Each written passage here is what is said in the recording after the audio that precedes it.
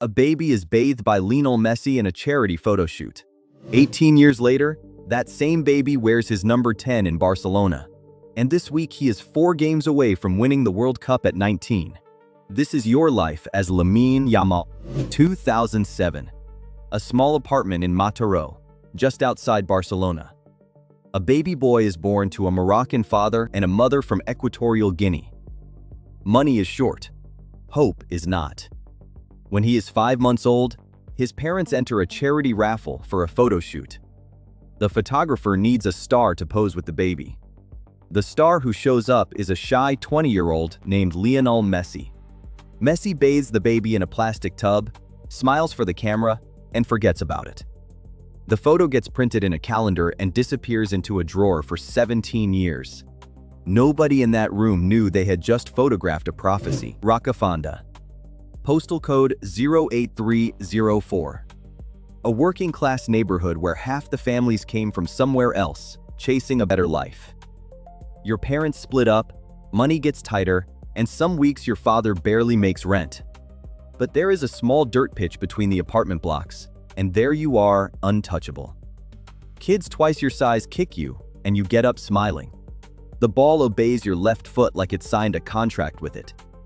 Neighbors start standing on their balconies just to watch a 7-year-old humiliate teenagers.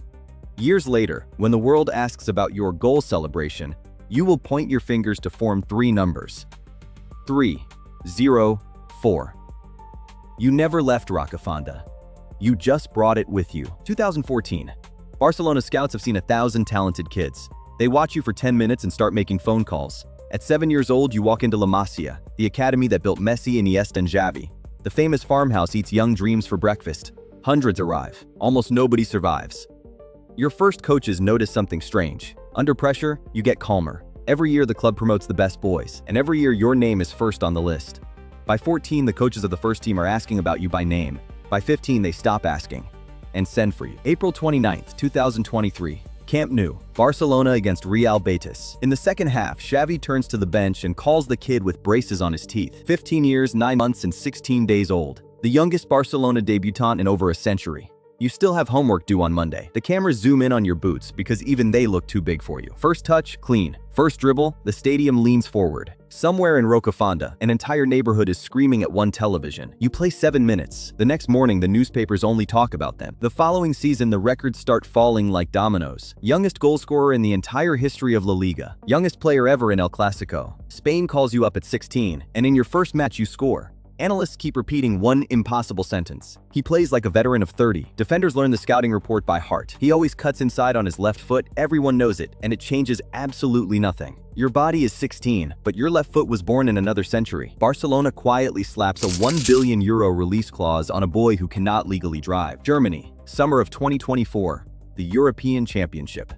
You arrive at 16 as the youngest player in the tournament's history, and you leave as a legend. Group stage, assists. Knockouts, terror. Then comes the semifinal against France, against Mbappe, and Spain goes down 1-0.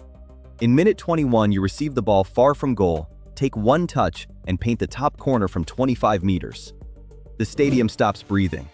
The youngest goalscorer in Euro history, one day before your 17th birthday. Spain wins the final, and you lift the trophy while your friends back home are worried about summer exams. Best young player of the tournament, 16 years old. A European champion with braces. The season after the Euro, Spain's rivalry becomes your personal playground.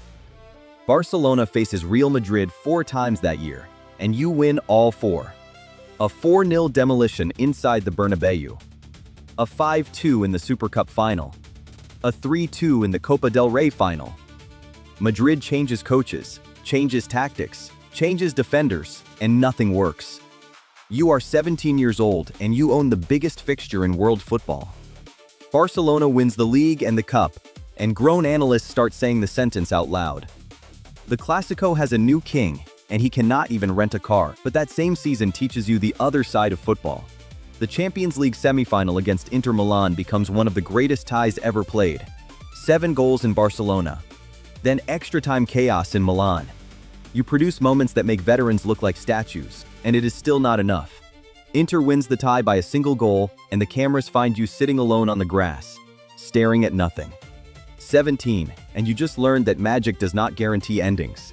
You will remember that grass. Champions remember everything. May 2025, Barcelona hands you a pen. The contract runs until 2031. The numbers leak to the press, around $45 million per year, the richest teenage contract in football history.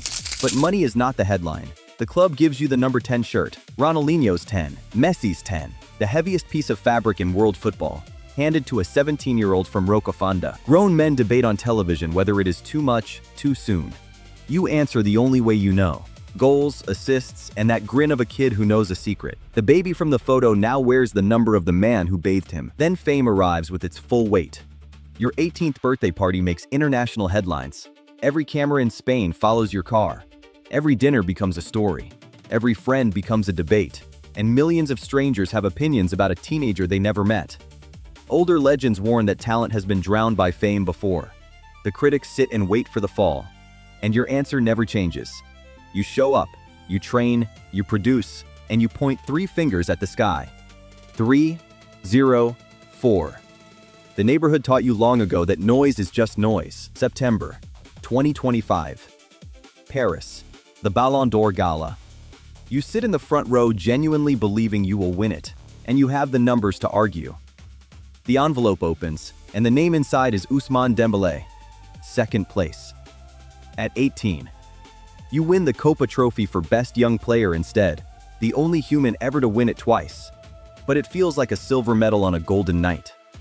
Later, you admit it publicly. I thought I was going to win. Then you say something else, something dangerous for everyone who plays against you. Losing it was good for me. The whole planet hears the same quiet promise inside that sentence. And now you, Pedri pulling the strings. Teenagers and 20-somethings who grew up together, playing football like they share one brain. The team wins the Euro, dominates every qualifier, and arrives at the World Cup as the favorite. Other nations build for the next decade. Spain's next decade already started, and it presses like a swarm and passes like a symphony. Experts vote you the best squad in the tournament. There is only one line left on the resume, and it is the biggest one. And that brings us to right now, which brings us to this exact week.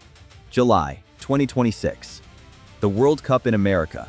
You lead the entire tournament in dribbles, defenders are doubling and tripling on you, and Spain has marched into the quarterfinals. Tonight, in Los Angeles, Spain faces Belgium, and Courtois has told the press they built an entire plan just to stop you. And here is the detail that makes this a movie. On July 13th, 3 days after this match, you turn 19. The World Cup final is on July 19th. If Spain goes all the way, the baby from the Messi photo lifts the World Cup as a teenager, and the Ballon d'Or conversation ends forever. 19 years ago, Messi held you in his arms without knowing it. This month you can hold the one trophy he needed until he was 35, before your 20th birthday. Maybe Belgium stops you tonight. Maybe the story waits 4 more years. But everyone who watched a 7-year-old dance on the dirt pitches of Rocafonda already knows how this movie ends. The ending of this story is being written right now, tonight, in Los Angeles. Part 2 drops the moment this World Cup ends. Subscribe now, because you do not just want to hear this story, you want to say you watched it happen.